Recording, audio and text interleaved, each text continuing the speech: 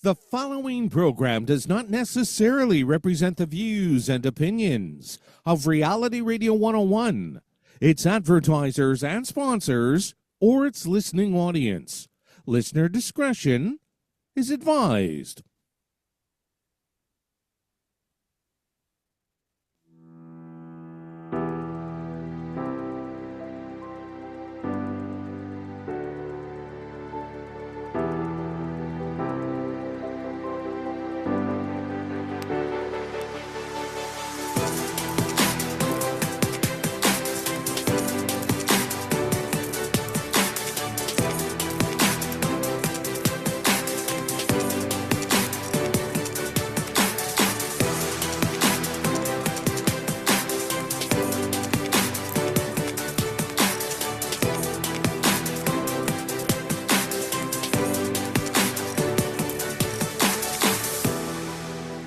Welcome to the Bear Psychology Radio Show with psychologist, author, and speaker, Dr. Anna Baranowsky, where mind, mood, and what matters to you are discussed.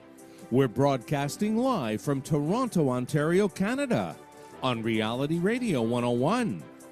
Our email address is instudio101@gmail.com.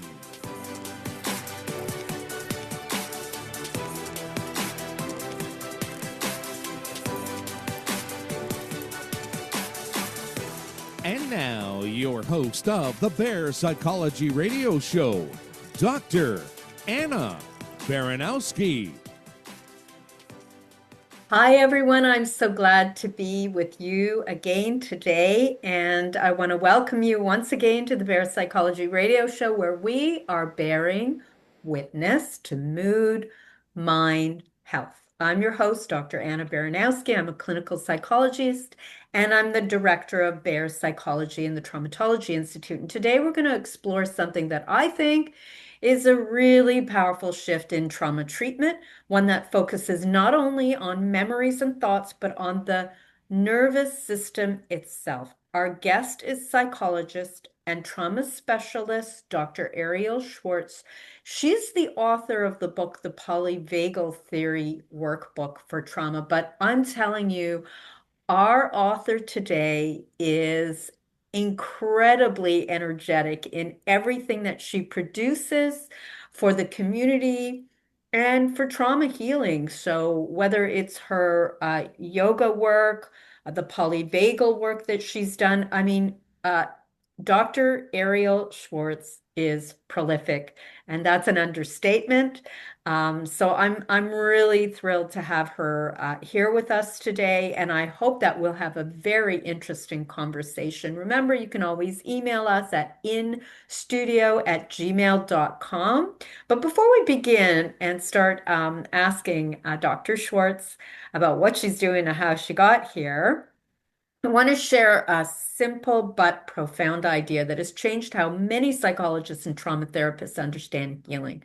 For decades, trauma therapy focused primarily on thoughts and memories, and we asked people to talk about what happened, like process the story and challenge beliefs and, get through the trauma. But these, approaches, although they are an important part of our work, neuroscience has taught us something else. Trauma doesn't only live in the memories, it lives in your nervous system, it lives in your body.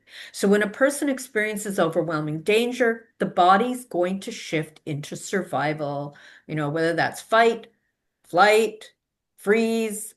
These reactions occur faster than conscious thought, and they're biological defenses that are really designed to keep us alive. Our nervous system is here to actually help us.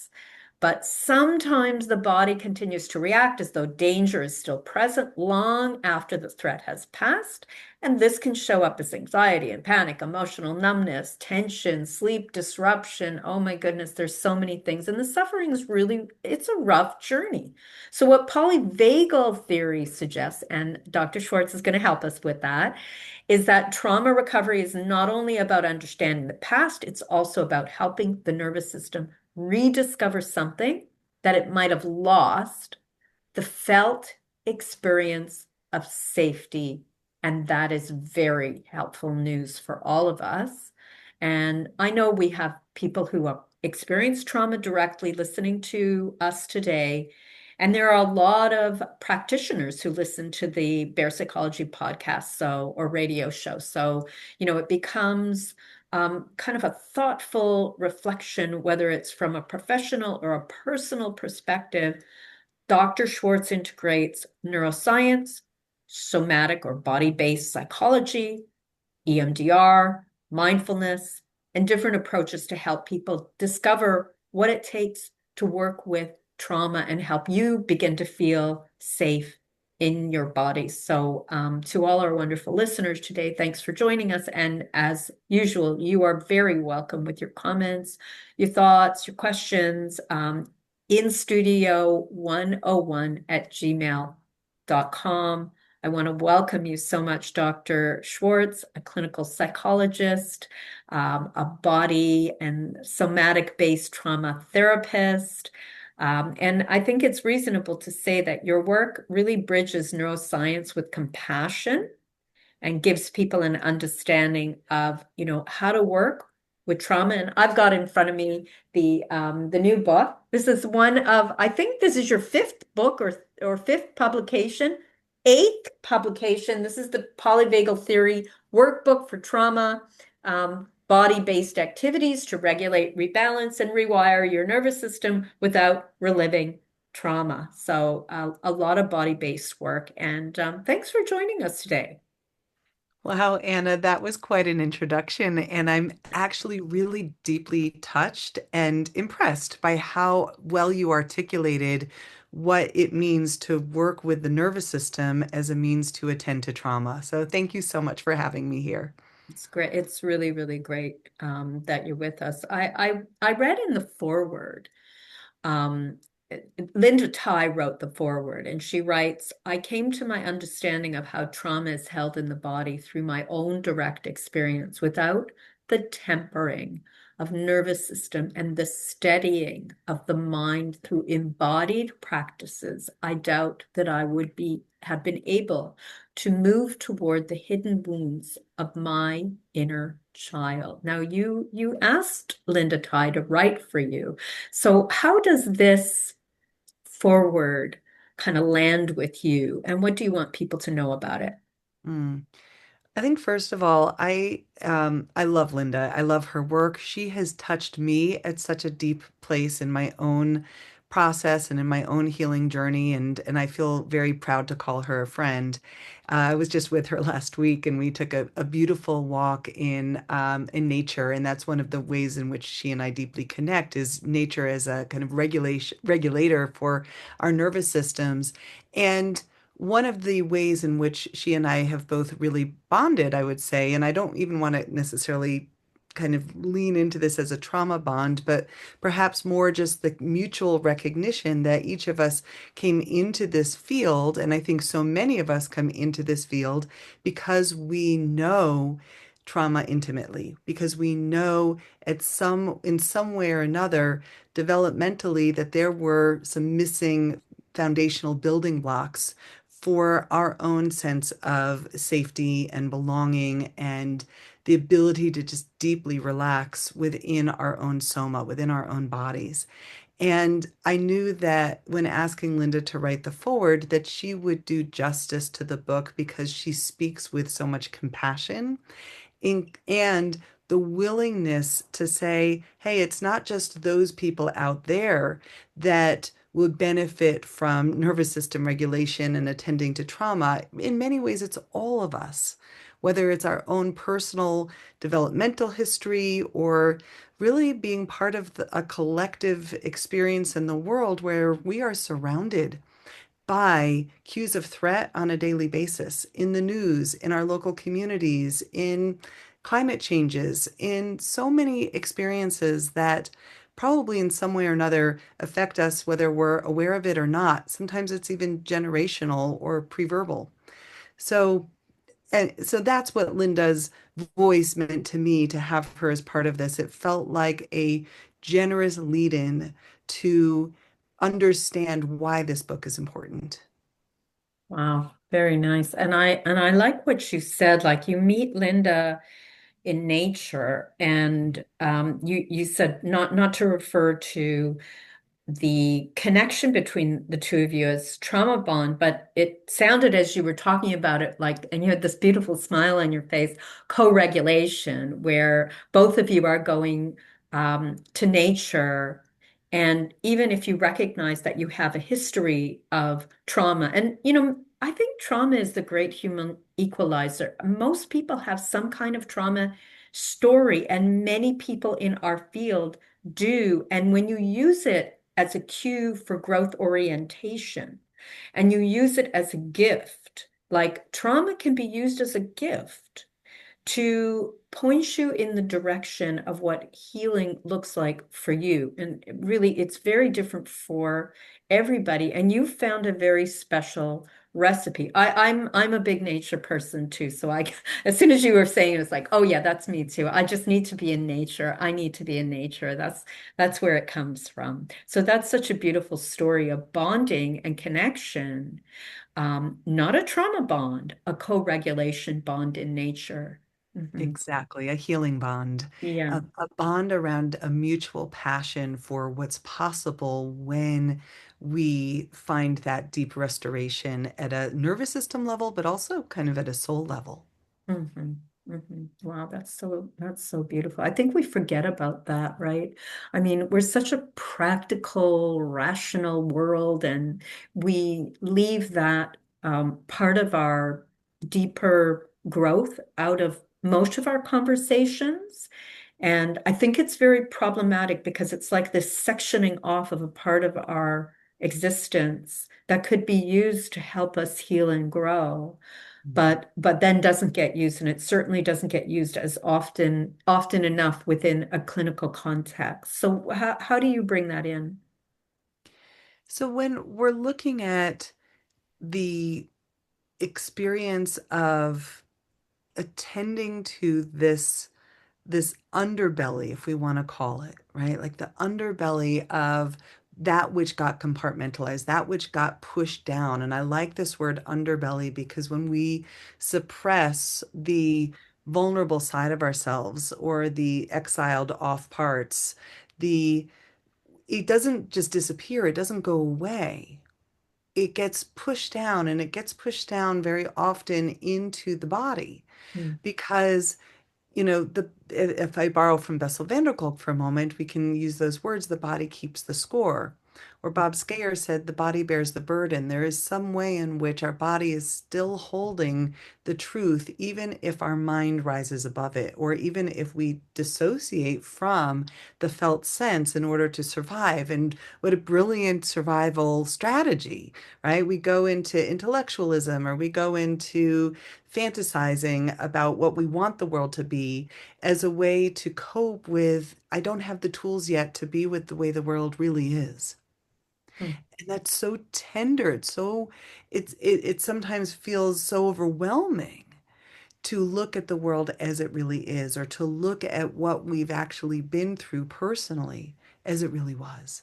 mhm, And so when we push down those authentic feelings of fear or shame or anger and rage or sadness and grief, it gets held and it's kind of waiting for us to come back around and eventually find those parts of ourselves, find those feelings, find those places. The other consequence of pushing down or suppressing or repressing, whatever word we want to use, what it is that we're really feeling is that we start to feel like we're going through the world cut off, disconnected, like we're just going through the motions. And there's also this other layer to this that we'll get into as we speak about the nervous system. But there's a way in which we actually don't deeply rest and reside. So many people that I speak to, they say, I'm afraid that if I really rest, if I really let down my guard, I'm going to feel all of that, or I'm going to fall into the abyss, or it's going to get completely overwhelming, or the floodgates are going to open. Yes, yes. Wow, that's perfect. I want to jump into your chapter one. Polyvagal theory is the science of safety. And there's a quote that's attributed to Dr. Stephen Porges, who really was the early kind of conceptualizers of polyvagal theory. And he says your nervous system is always asking one fundamental question: Am I safe? Can you help us to understand what polyvagal theory even is? Mhm. Yeah. So I'll break down some key essential concepts of the polyvagal theory. First of all, the polyvagal is referring to the multiple circuits of the vagus nerve, poly being multiple, vagal being the vagus nerve. Your vagus nerve is your 10th cranial nerve. What's essential about this nerve circuitry is that it's a considered to be a kind of super highway of communication between your body and your brain. So everything that I was just sharing before about what the body knows and whether the brain can sense what it is that we're feeling, how does our brain register the feelings of what it feels like to be you? Around your heart, around your belly, and your throat, the feelings get communicated to the brain via your vagus nerve. So this super highway of communication between body and brain is bidirectional. It allows the information from your body to reach your brain. So for example, your vagus nerve will sense changes in your heart rate, will sense changes in your respiratory rate and how you're breathing. Your vagus nerve will sense changes in your gut. And what we know about this gut belly brain that we're equipped with is that our gut isn't just about digesting our food. Our guts help us digest all of our life experiences. Our gut registers what feels good to us and what feels toxic and what's waste, right? Both at a nourishment level and nutrition level, but also when we meet somebody or we go into a new space, our gut gives us a kind of gut feeling about whether that person or that place feels safe or whether it feels unsavory, or I'm not so sure. Maybe there's a threat out there. And so, gathering all of this data from your body about what feels good or how your heart rate is or how your blood pressure is. It's going to take all of that to your brain, and then your brain sends signals back down that maybe slows down your heart rate if it's not necessary to be elevated, or maybe helps register the felt sense in your body of, I'm going to gather this sensory data and say, maybe there is a threat out there. I'm going to take us into a sympathetic fight flight response. But your vagus nerve is a key component of your whole autonomic nervous system that sometimes will lead you to go into defensive self protection and sometimes lets you deeply rest. Mhm. There's one more thing before we go into maybe another element of this, but there's one more really key component of the polyvagal theory that has a kind of fancy word, and I know we'll talk about this more in some of the upcoming chapters, but this word is neuroception. Neuroception, yes. Mhm. Hmm. And I'd love to just define that for our listeners if it's a new word for That you. I think that's a great idea because I was going to Yeah, ask you to do exactly that to describe yeah, what I think Stephen Porges calls the sixth sense. that's right. Yeah. That's right.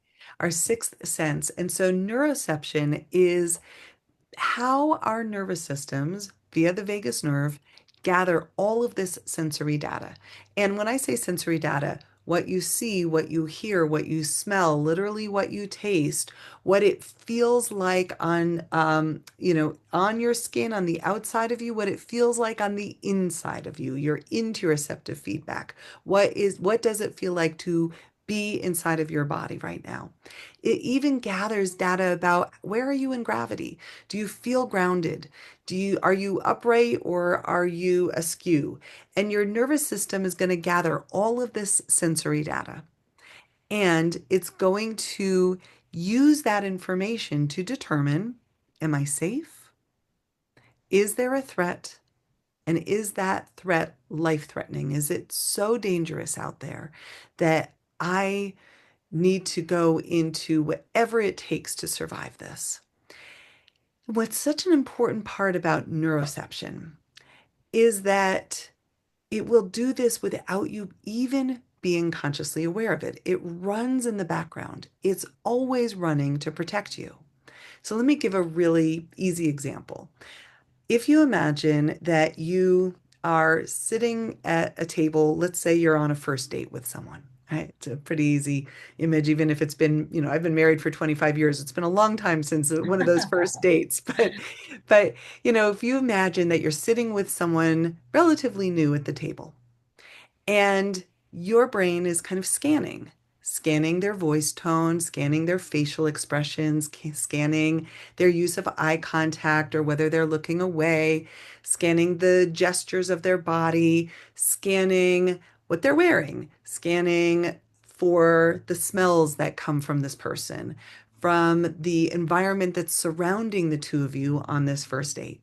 So you can imagine all of this sensory information that's coming in.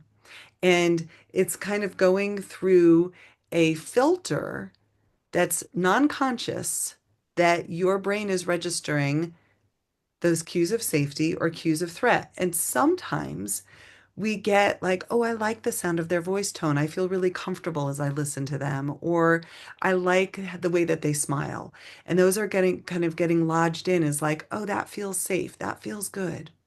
Sometimes we have a certain scent, or maybe it's the cologne that they're wearing. Maybe it's a certain expression on their face, a gesture, and it registers somewhere in your neuroceptive awareness, that background scanning of that reminded me of XYZ from the past. That didn't feel safe. I didn't like that smell. So and so wore that same cologne, right? Or maybe it's just a particular familiarity or a particular registering of the tone of their voice.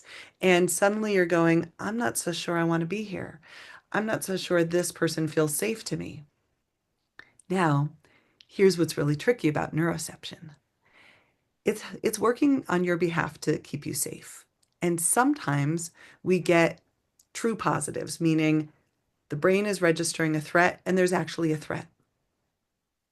And sometimes we get something doesn't feel right, but it's actually linked to something in the past. And right here and now, this person in front of me is actually quite fine. I'm not in danger. I'm not in any threat with this person.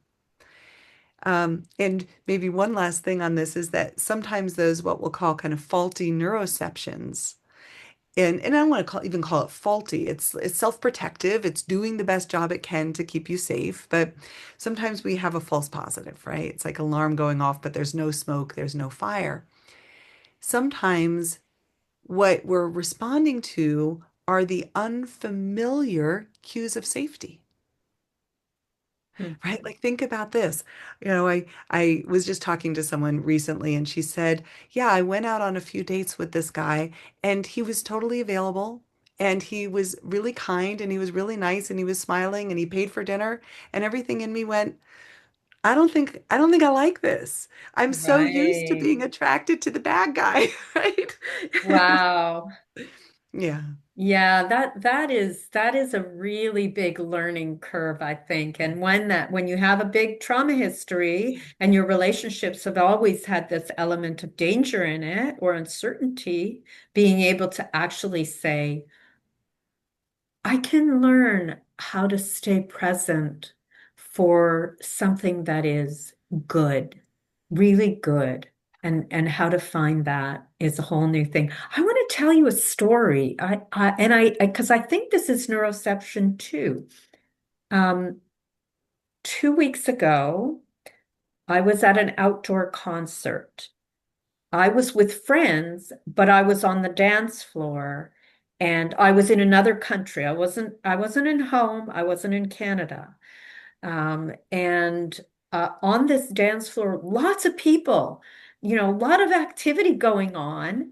And, I'm dancing and, somehow, this woman turns around, she smiles at me and, I smiled back and I for some reason leaned over to her and I said, "Oh, well, I'm only here for another day and I'm heading to the airport." And we got talking.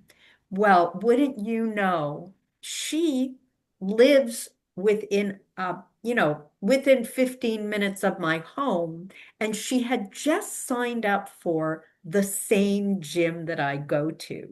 So I'm thinking that's neuroception, but it was a positive utility of neuroception perception. What do you think?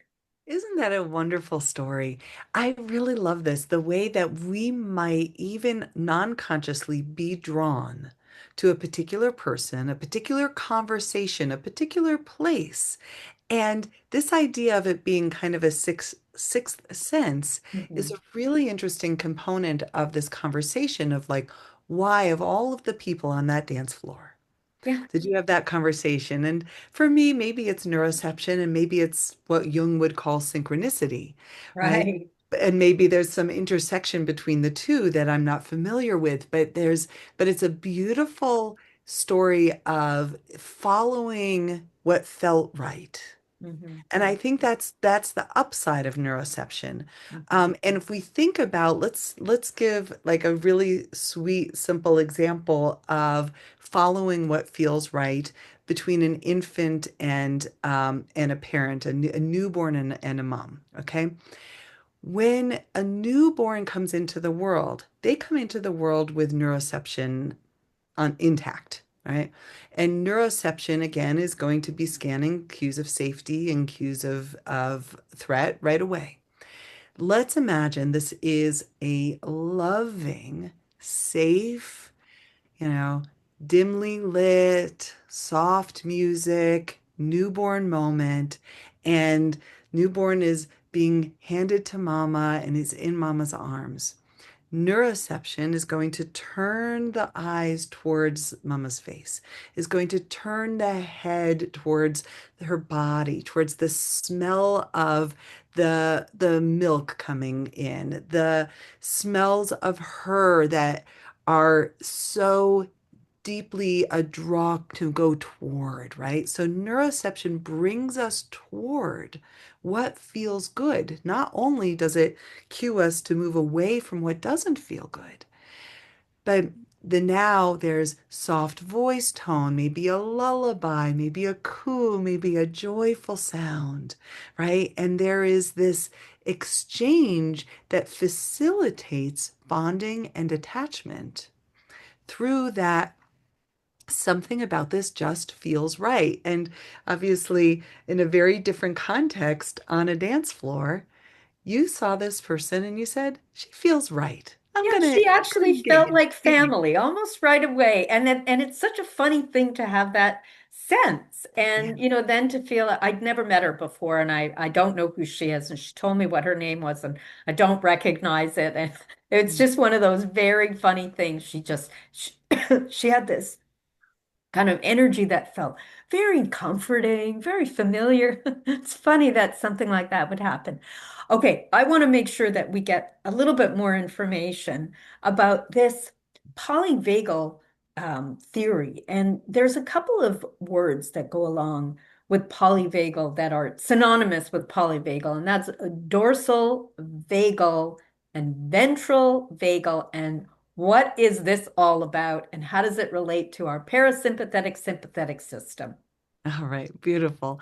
So, this idea of polyvagal, multiple vagal circuits, the two primary circuits of the vagus nerve are the ventral vagus and the dorsal vagus. Those are purely anatomical terms. Let's just back up for a second because they have additional meanings and we'll get into that. But from a pure anatomy standpoint, ventral means more forward and dorsal means more behind if we look at the anatomy of the body and that the ventral vagal circuit is specialized and it has another term that Steve Porges uses for it, which he calls the social engagement system, because the nerve pathways of this ventral vagus, the upper vagus, travel into your eyes, your ears, the small muscles around your eyes and around your mouth in your face that would create the crinkles around the eyes for the smile and the lifting of the corners of your lips. That same ventral vagus travels down into the larynx and pharynx in your throat, and it kind of again gives that kind of vocal tonicity, the quality of your vocalizations. And then your ventral vagus travels into your heart and lungs. So, this ventral vagus is all about using this upper pathway to determine through eye contact, through facial expressions, through what we hear in our ears and how we express through our voice, to determine those cues of safety, to promote cues of safety to each other socially.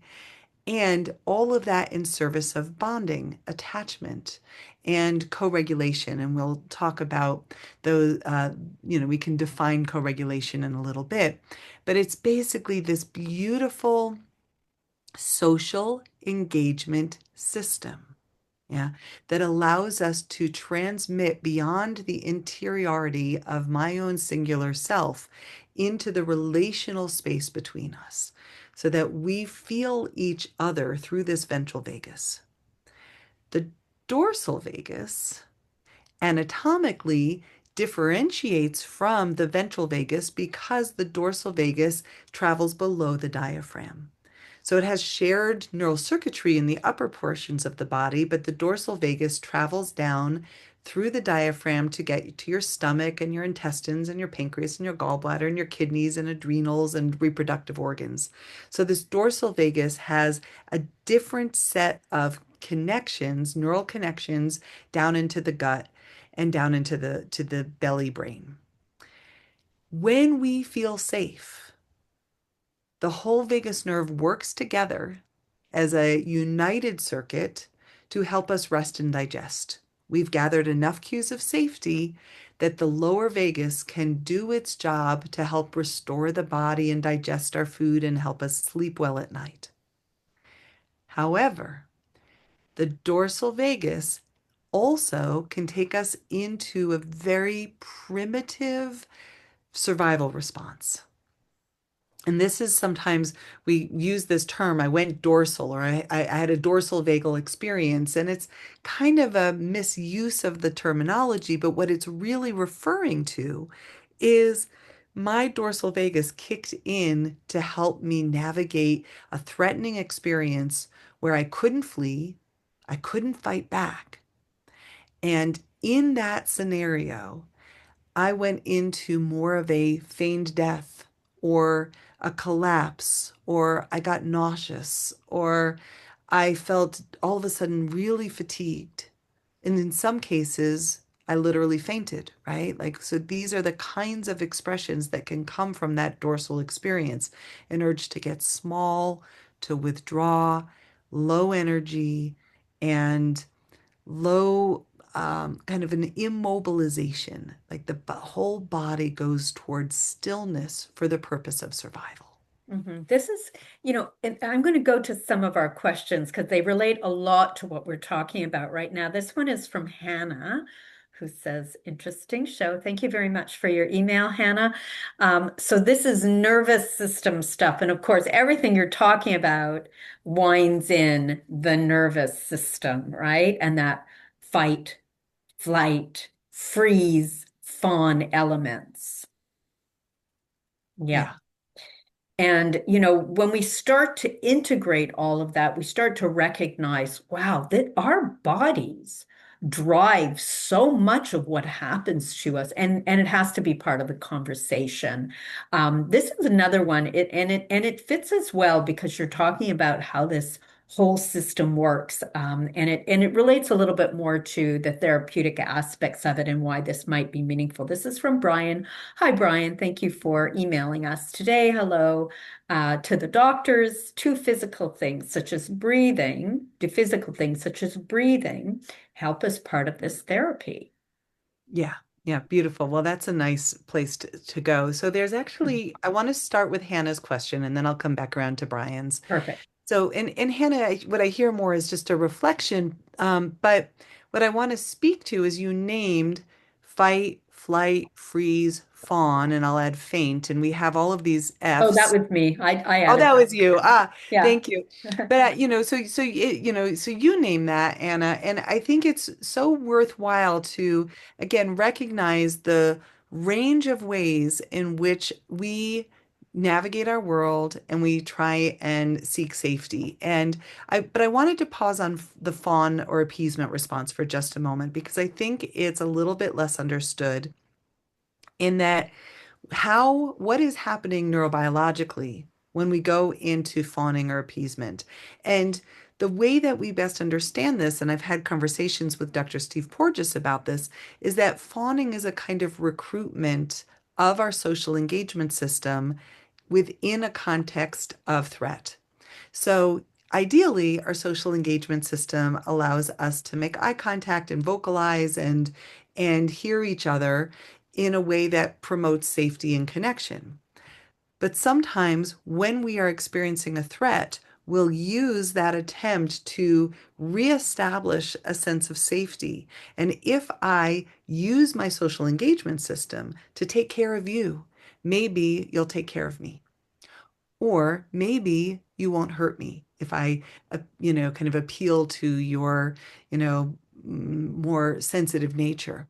And so, we can look at all of these different trauma reactions through that lens of the nervous system. And another piece to distinguish is also a freeze response from a faint response or a collapse, right? A freeze has immobilization built into it. There's a stillness on the external body, but on the inside, our heart is generally rapid. Our heart rate is rapid. Our respiratory rate is in the upper chest. There's a lot of muscular engagement. And it's kind of like a deer in the headlights. Like, what do I need to do here? And sometimes we get stuck in nervous system states for extended periods of time. But just to make this distinction between that freeze response and this immobilization into collapse or feigned death, what is the difference is that there's often a very shallow breath. There's a reduced heart rate, reduced breath rate. Everything slows down. But on the outside, once again, we're very still. So, one of the skills of a clinician who's applying polyvagal theory to treat trauma is that we become skilled at recognizing, is there high activation stuck in the body that's not processed, or is there a lack of activation of something that got suppressed or never got to be expressed? But because in both cases, what gets altered is the breath, Brian's question is really relevant Mm-hmm. because what we'll see very often is that post-traumatic stress responses from a nervous system perspective get mirrored by how we're breathing. Maybe we're breathing rapidly in the upper chest and it kind of leads to these feelings of overbreathing and panic and anxiety and vigilance and it's hard to relax, right? So the breath will display a certain pattern that accompanies those symptoms. Sometimes the opposite, we're just not getting enough breath. We're stuck in a very shallow breathing pattern. And either way, no matter where we are in that continuum of the nervous system, working with the breath helps to create more balance and equilibrium. So, the most basic of that, and I speak about this, I have a whole chapter on conscious breathing in the book. And when we look at the most basic of the balancing breath practice, it's creating an even length of your inhalation and your exhalation, slowing down the breath to about a 5-second inhale and a 5-second exhale begins to create this coherency between your breath, your breathing, your heart rate, and the tone of your vagus nerve. And it starts to cue the whole body mind system that it's safe enough now. It's safe enough to feel, it's safe enough to be here. You could move if you wanted to, you can rest if you want to, you're in balance. I love the use of breathing too. really give that message to the nervous system as well, that in this moment we are safe. And it is just such a good way to communicate that with, within, like a true kind of leaning towards ourselves, that true having a relationship with our own inner experience, our own inner world. I like this question. It's from Carl. Thank you, Carl. Can we sing to stimulate the vagus nerve? Does it help? Yeah, singing, humming, gargling, all of the above. Absolutely. And whether you're singing in the shower or singing in your car or humming yourself a lullaby before bed or humming it to another person before bed, all of that is a beautiful way to bring in deep restoration for your nervous system. Yes, yes, it's beautiful. This is from Rachel. Thank you for asking, Rachel. The workbook can be found just about anywhere, including on Amazon. It's easy to order, the Polyvagal Theory Workbook for Trauma. And if you have received our podcast blog or our radio show blog, if you just click on it, you'll find the links to Dr. Arielle Schwartz. You'll find them to the workbook, and the workbook is just filled with exercises. So it's really worth picking up the physical copy, which I have right in front of me right now. And it's got some very useful exercises and images that actually show you some beautiful practices, including one that I'm going to just reference right now, which is the embodied self-compassion practice. And I wonder if you would just walk me through that, because I can see the images in front of me. If we have a few minutes to just go through it, because it's such a good example of kind of that leaning towards, but also finding a way to come to peace in our human relationships as well. And that's a really, really big part, that co-regulation with other people around us, that soothing that sometimes we need if we get like you said, a false positive. We think it's dangerous, but actually there's nothing really dangerous in this environment, and kind of self-soothing, this self-compassion embodied practice. Can you help us with that? I would love to help you with it. And, one of the things that for me really stands out around this kind of practice is that self-compassion is a concept. And sometimes we get a little bit caught up in our minds of what does it mean to be generous with myself? What does it mean to deeply accept myself? And then maybe we kind of grasp that cognitively, but the body doesn't quite catch up. So the way that I explore this embodied self-compassion is that it's bringing in what we'll call these bottom-up felt experiences so that your body and your mind can kind of sync up together. So one of these, and I'll describe it, for those of you that are listening only. So I'll describe it that I'd like you to, if you'd like to explore it, to take one of your hands to the base of your skull and just gently cup, almost in the same way that a loving parent would hold the head of a child, right? Just gently cup this area at the base of your skull. The other hand, if it's available to you, is to come over your forehead and to just gently, lovingly hold your own head. Now, it can be a light hold. We're not putting our head in a vice grip. We're just gently, lovingly holding your own head. And I'm going to offer up a phrase. And you might just let this phrase wash over you, or you might decide to repeat it to yourself. And the phrase is, even though I feel distress sometimes, I can hold myself lovingly. And I'll say that again. Even though sometimes I feel distress, I can hold myself lovingly. And as you hold your own head, maybe adding in just a few breaths, mindful, conscious breaths into the space between your hands. We all feel distress sometimes, and yet we can still practice holding ourselves lovingly. And then so gently let your hands release from your head, maybe come down into your lap, and notice the felt sense in this pause post-practice. Right? How does your body resonate with that? Did the words feel easy for you, or sometimes they don't? Sometimes it doesn't feel quite so accessible. And there's no right or wrong response to the practice. That's what's so important about this, is that you allow whatever comes forward to be there. So if it felt tender and loving, or maybe a little bit of sadness came through, we just allow that to be there. And there's quite a few of these in the book, and I'll do one more for now, and you can find the rest in the book. But I think I'll offer this one because I think it's one of my favorites. And this is an invitation to place one or both hands over your heart. And with your hands over your very own heart, just allowing yourself to feel what it feels like to connect to your heart center,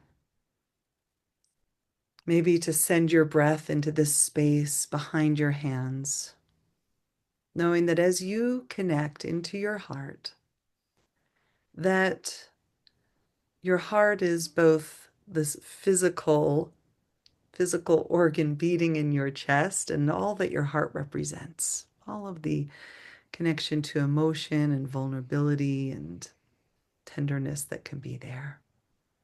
And I'll offer up a phrase here as well. You can let this wash over you. Even though sometimes I might feel unworthy or unlovable, I recognize that all people, including myself, deserve compassion, love, and support.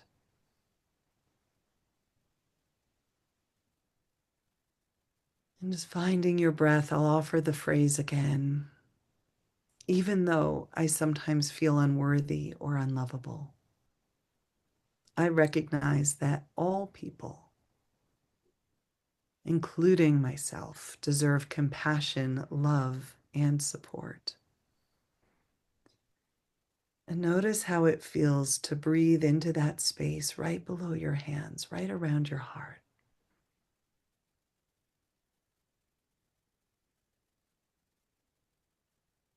And how does it feel to know that you deserve this compassion, love, and support? It is the birthright of all beings.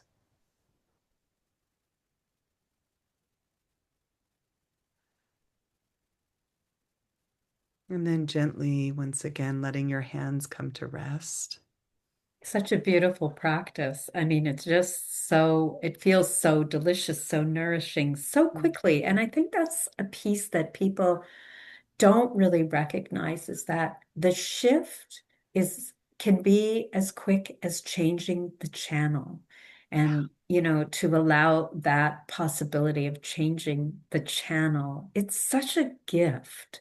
So yeah, thank you for presenting like these really super practical strategies, because they really work and they really reset the body so quickly. yeah. I'm going to go through a couple more of our questions, and then we're almost at the end of our show. I have to say we've got just over 10 minutes, so let's see if we can get to a couple more of these. So that we can allow ourselves to look a little bit more closely. This polyvagal approach, and what you're really covering here, what would you suggest are the most important aspects that a person can look at in order to really make sense of the approach? Because I know you focus on quite a few different areas within your book. Connection, rewiring your brain, conscious breathing, bilateral movements, mindful movements, resting, restore, and where does somebody need to go? There's a lot, right? But I mean, it's a very rich workbook. Thank you. Thank you. And the workbook is designed sequentially so that we are building skills throughout the book that kind of culminate in two most essential tools. And I'll just kind of name the preliminary steps. One is that we learn to resource the nervous system. We rewire with practices that are all about stimulating the vagus nerve naturally with self-applied touch, where the vagus nerve comes close to the surface of your face so that we can give the cues to the body mind of what safety feels like.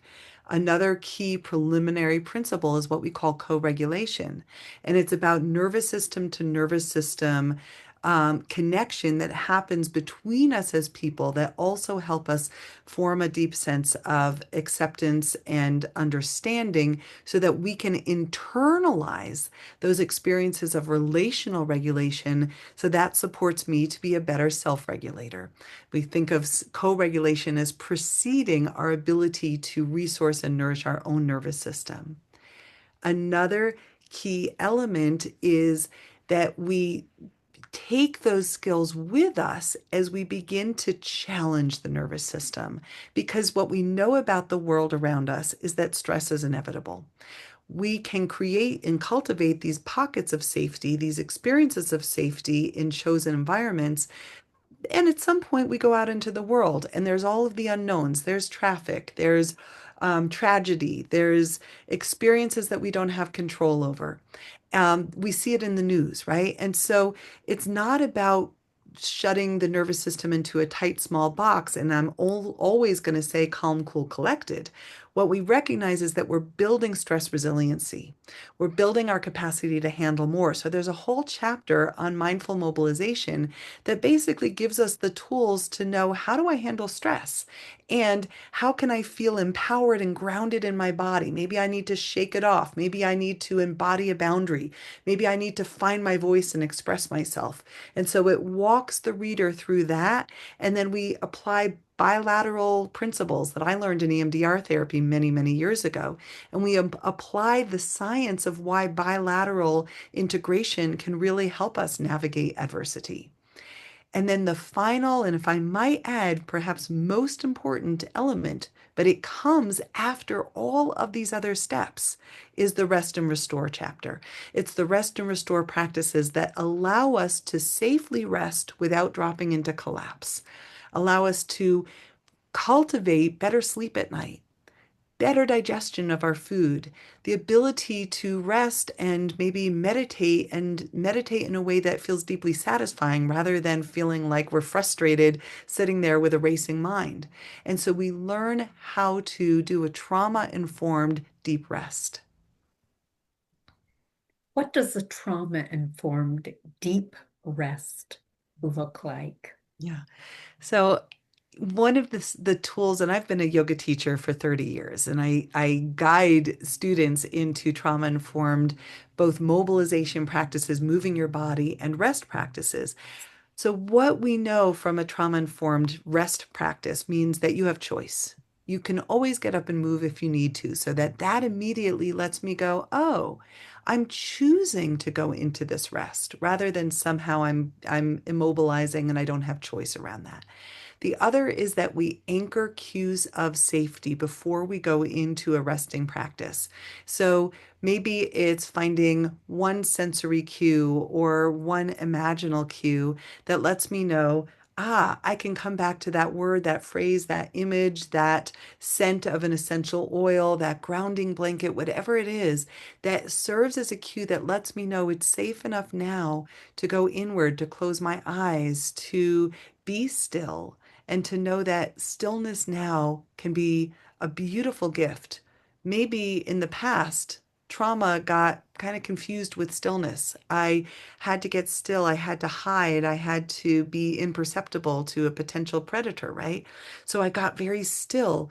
And what we need to do is we need to uncouple the association that stillness now can be safe, can be regenerative, can be restorative. You also use rhythmic movements within this therapy. This is a question from Sharon, and thank you, Sharon, for that. Um, she's asking, what are these rhythmic movements that are used within this therapy? Yeah, it's so funny. As soon as you say that, Sharon, I find myself rocking a little side to side. And so, part of my background is, and I'm going to just kind of quote one other beautiful teacher in this field. His name is Bruce Perry, he has contributed so much literature into understanding how we heal, especially from childhood trauma or even preverbal trauma. And what we know is that our bodies respond to rhythm. And so rocking movements, swaying movements, I have a course that accompanies the book. It's called Let Your Body Hold You. And it's also with New Harbinger and it's on the New Harbinger website. And this course walks you through literally practice by practice, every practice that's in the book via video. And one of the video segments there uses a physio ball, for example. And so sitting and rocking side to side on a physio ball or forward and back on the physio ball, or even in a rocking chair, or even just in your own chair where you are right now, rocking a little side to side or forward and back. It is like nourishment for the brainstem. And it helps get into these subcortical areas of the brain where those early trauma disruptions of rhythms are held. And we get to heal again from the bottom up, from the body to the brain, from the nervous system to the mind. Mm, that's so beautiful. And I'm going to pick up this one because it's such an important piece. This is from Joyce. And Joyce says, hello. Thank you, Joyce. Can we use this therapy for our personal lives as well, and not just for therapy with issues? Yeah, I Right? love that question, Yeah, Joyce. me Thank you too. for that question. I think that maybe it goes back to a kind of premise that I carry right now, that it's hard to be human regardless, right? Like even if I don't personally identify with a history of personal trauma adversity, I think that these are tools for life. And that when we are tending to our own nervous system, we show up with more calm, more equanimity, more balance everywhere, whether it's in your workplace or parenting your kids or in all of your relationships or in your community. And the world benefits from the ways in which our nervous systems become these co-regulating sources of nourishment for each other. Mm, beautiful, beautiful. So, I think it's really interesting. Maybe if we could just close with this. First of all, I want to thank you so much for joining us and, sharing your thoughts and your wisdom around this in such a kind of sweet way, because it really comes across as such a well developed way of working with polyvagal. And I've read and I've listened to other speakers, but you seem to have taken it out of the intellectual and into this is what really you need to do in order to find some peace within inside of yourself. Call it whatever you want. Just recognize that there are certain things that need to be brought on board to nourish and soothe your body.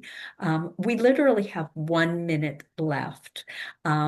Just one more thing. If a listener could begin with just one practice today to support their nervous system healing, what would you share with them before we finish today?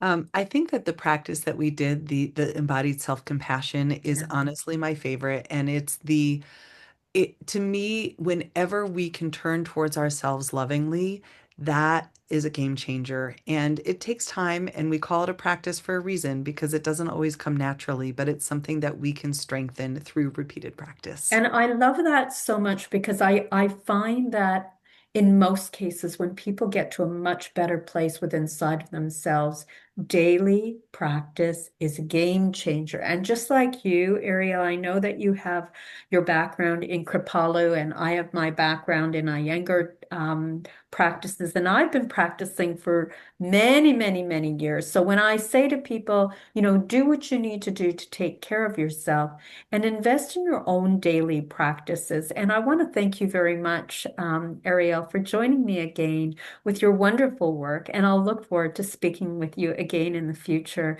And thank you so much. And I wish everybody have a gentle day. Thank you Bye-bye. for having me. Bye.